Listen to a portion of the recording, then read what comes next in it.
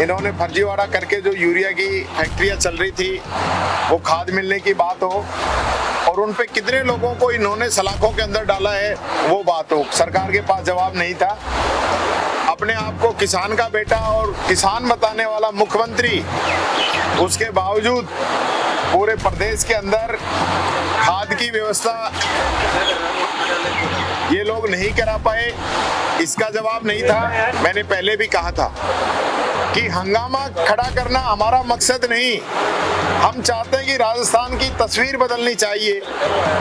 20 लोग डिमांड करें, 3 लोगों को आप 2-2 मिनट का समय दें और उसके बावजूद भी नीमका थाना में 15 दिनों से एक दलित बच्चे को, नौजवान बच्चे को मारकर ट्रेन की पटरियों पे पटक दिया गया।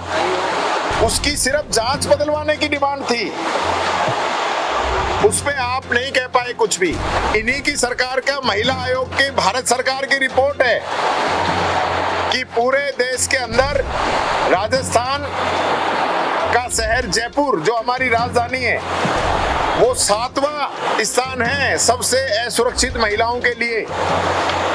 क्यों कहते थे कि नहीं सहेगा राजस्थान? क्यों कहते थे? आज क्यों सहे राजस्थान? आपका राज है, आप गृह राज्य मंत्री हो, मुख्यमंत्री जी के पास गृह विभाग है और पूरा माफिया तंत्र हावी है। बदरी माफिया, भू माफिया, सूद माफिया, खनन माफिया और यहाँ तक कि आपके पुलिस के कर्मचारियों तक को ट्रैक्टरों से कुचला जा रहा है, फॉरेस्ट के अधिकारियों तक को ट्रैक्टरों से कुचला जा रहा है और आपके पास 2 शब्द नहीं है कि आप उस पर बोल सके। आज विधानसभा के अंदर फिर एक बार वही बात साबित हुई कि इन लोगों के सरकार के जो मंत्री हैं वो सदन के अंदर जवाब नहीं दे पाए। चाहे किसानों को नकली यूरिया और किसानों को जो फर्जी में इन्होंने फर्जीवाड़ा करके जो यूरिया की फैक्ट्रियां चल रही थी, वो खाद मिलने की बात हो और उन पे कितने लोगों को इन्होंने सलाखों के अंदर डाला है वो बात हो, सरकार के पास जवाब नहीं था। अपने आप को किसान का बेटा और किसान बताने वाला मुख्यमंत्री, उसके बावजूद पूरे प्रदेश के अंदर खाद की व्यवस्था ये लोग नहीं करा पाए, इसका जवाब नहीं था। और जब ये पूछा गया कि आप लोगों ने यूरिया और डीएपी की कितनी डिमांड भेजी थी और भारत सरकार ने कितना अलॉट किया, तो उसका भी जवाब नहीं। फिर हमने आदिवासी क्षेत्र का क्वेश्चन पूछा कि 1000 करोड़ का कोष पिछली साल था और 1500 करोड़ का कोष इस साल था, उसमें सरकार ने कितना खर्चा किया है, तो आप लोगों को भी हंसी आएगी। सरकार का जवाब है 2,96,45,000। 2,500 करोड़ में से 3 करोड़ से भी कम के आंकड़े इन्होंने सदन के अंदर आज दिए। रफीक खान जी ने पूछा कि जो निराश्रित है, जो मूक बधिर था, जो हमारे जामडोल स्थित विमंदित गृह के अंदर रह रहा था, 1 महीने बीमार रहा, सरकार ने नहीं देखा रही और 6 दिन तक मृत्यु होने के बाद में उसकी डेड बॉडी यहाँ हॉस्पिटल में रही, सरकार की तरफ से कोई कार्रवाई नहीं की गई। हमारे माननीय सदस्य रफीक खान जी के द्वारा मंत्री जी को अवगत कराने के बाद उसका दाह संस्कार हो पाया और ये निर्दयी लोग, असंवेदनशील लोग उसके मामले में भी 2 शब्द नहीं बोल पाए। जब हमने पूछा कि सरकार ने बाजरे और ज्वार की खरीद की घोषणा की थी, इनके जब भारतीय जनता पार्टी ने चुनावी घोषणा पत्र जारी किया था उसमें कहा था, तो उसका भी जवाब मंत्री जी नहीं दे पाए। ऐसे 10-12 क्वेश्चन थे जो आज हुए, लेकिन सरकार जवाब नहीं दे पाई। सबसे विशेष प्रश्न जो कि शून्यकाल के दौरान हमारे तकरीबन 20 सदस्यों के द्वारा प्रदेश की कानून व्यवस्था पे अपने अपने इलाके की समस्याओं को लेकर सवाल उठाए थे, लेकिन उनका जवाब देने की बजाय सरकार ने सिर्फ और सिर्फ हंगामा करवाना चाहा। मैंने पहले भी कहा था कि हंगामा खड़ा करना हमारा मकसद नहीं। हम चाहते हैं कि राजस्थान की तस्वीर बदलनी चाहिए। 20 लोग डिमांड करें, 3 लोगों को आप 2-2 मिनट का समय दें, और उसके बावजूद भी नीमका थाना में 15 दिनों से एक दलित बच्चे को, नौजवान बच्चे को मारकर ट्रेन की पटरियों पे पटक दिया गया। उसकी सिर्फ जांच बदलवाने की डिमांड थी, उस पे आप नहीं कह पाए कुछ भी। जालोर सिरोही के अंदर अवैध बजरी माफिया काम कर रहा है, उस पे डिमांड थी, आप नहीं कह पाए। मैं साथियों, मैं ये कहना चाहूंगा, मीडिया के माध्यम से प्रदेश की जनता को कहना चाहूंगा कि ये पहला ऐसा सत्र है जिस पे कानून व्यवस्था पे चर्चा नहीं हुई है। पूरा सत्र निकल गया, पूरी साल निकल गई। इतिहास उठा के देखोगे तो आपको नजर आएगा कि कभी भी कोई ऐसा सत्र नहीं गया जिस पे कानून व्यवस्था की चर्चा नहीं हुई हो। और आज गृह मंत्री जी, गृह राज्य मंत्री जी मेरे लिए कह रहे थे कि मेरे को माफी मांगनी चाहिए।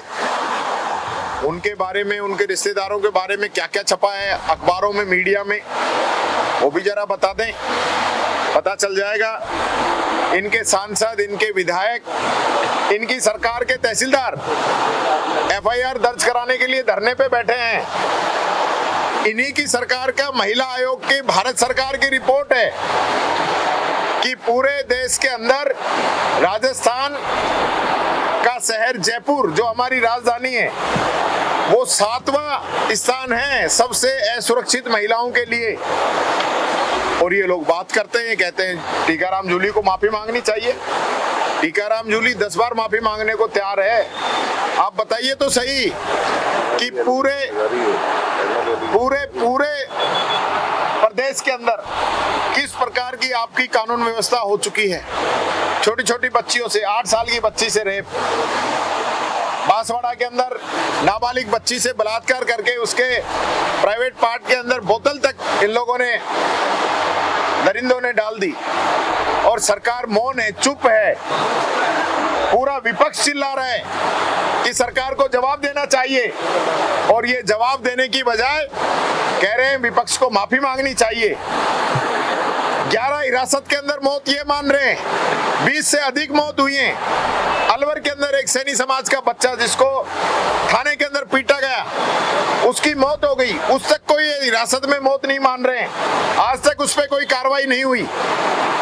पूरे देश के अंदर अगर हिरासत में 2 मौत भी हो जाए तो बीजेपी जो है कपड़े फाड़ देती है, और यहाँ 20-20 मौत हो गई, चुप है ये लोग। उदयपुर के अंदर DG साहब मीटिंग ले रहे हैं, उसी समय इनकी सरकार का एडिशनल SP ट्रैप हो रहा है। ये राज है इनका, यही राज है। सैकड़ों मामले ऐसे हैं जिसमें खुद पुलिस कर्मियों ने जनता से ज्यादती की है। लास्ट टाइम महिला दिवस के अवसर पर एक पुलिसकर्मी ने जयपुर के अंदर, जब आईफा चल रहा था, एक लेडीज के साथ जबरदस्ती की गई। ये हमसे कह रहे माफी मांगे रहे, माफी तो आपको मांगनी पड़ेगी, आज नहीं तो 3 साल बाद मांगनी पड़ेगी। आज सत्ता के अंदर बैठ के जो घमंड आपके ऊपर आ गया है ना, आप पूरे विपक्ष की आवाज को दबाना चाहते हो। सत्ता आपकी है, राज आपका है, आप जो मर्जी जो चाहे कर सकते हैं, लेकिन हमारी आवाज को नहीं दबा सकते। राजस्थान की आम आवाम की आवाज यहाँ पे उठाई जाएगी। हमारी नाबालिग बच्चियों के साथ बलात्कार हो रहे हैं, महिलाएं सुरक्षित नहीं है, बुजुर्गों के खाते से पैसे निकाले जा रहे हैं, ठगी हो रही है, डकैती हो रही है। जयपुर जैसे शहर के अंदर सरेआम जो अपहरण हो रहे हैं, और सरकार आंख बंद करके बैठी है। आंकड़े लेके आगे, ये आंकड़े कांग्रेस के समय में ये थे। क्यों कहते थे कि नहीं सहेगा राजस्थान, क्यों कहते थे? आज क्यों सहे राजस्थान? आपका राज है, आप गृह राज्य मंत्री हो, मुख्यमंत्री जी के पास गृह विभाग है, और पूरा माफिया तंत्र हावी है। बजरी माफिया, भू माफिया, सूद माफिया, खनन माफिया और यहाँ तक कि आपके पुलिस के कर्मचारियों तक को ट्रैक्टरों से कुचला जा रहा है, फॉरेस्ट के अधिकारियों तक को ट्रैक्टरों से कुचला जा रहा है और आपके पास दो शब्द नहीं है कि आप उस पर बोल सके। इसलिए मैं ये कहना चाहूंगा कि आज पूरा जो राजस्थान है वो डर के साए में है। कल की रिपोर्ट निकलवा के देखोगे तो आपको दलित एट्रोसिटी, चाय की दुकान पे एससी के व्यक्ति अगर चाय बनाते तो उसकी चाय छोड़ के चले जाते, ये हालत राजस्थान के अंदर है। तो क्या क्या सहेगा राजस्थान में, इन लोगों से पूछना चाहता हूँ। सर लेकिन सीएम साहब ने अगस्त की रिपोर्ट रिलीज की थी, उसमें ये कहा था कि जो लास्ट मंथ है उनके जो 18 मीटिंग मंथ है और आपके जो लास्ट जो मीटिंग मंथ है उसमें 4.90% क्राइम का डाउनफॉल है।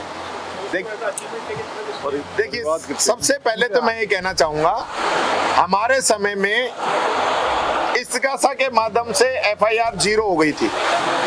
सारी एफआईआर सीधी पुलिस थाने में दर्ज होती थी और महिलाओं की तो वो एसपी ऑफिस में भी एप्लीकेशन देते तो वहीं दर्ज हो जाती थी। सबसे पहली बात, अगर 4% के आंकड़े आप इस प्रकार के जो फिगर देके आप बताना चाहें कि हमने 4% कम कर दिए, तो मैं आरोप लगाता हूं आपकी सरकार पे कि आपकी सरकार में एफआईआर दर्ज कराने के लिए आपके सांसद, आपके विधायक और आपके राजपत्रित कर्मचारी उनको धरने देने पड़े, तो आम पब्लिक की तो हालत क्या होगी। तो 4% तो यही खत्म हो जाता है। दूसरा, आप फिगर दे रहे हो टोटल आंकड़ों में, जिसके अंदर जो गांव में बेचारे बैठ के ताश खेलते हैं ना, उन लोगों को भी आपने पकड़ के उनके आंकड़े भी आपने दिए 10-10 हजार लोगों पे कार्रवाई करने के।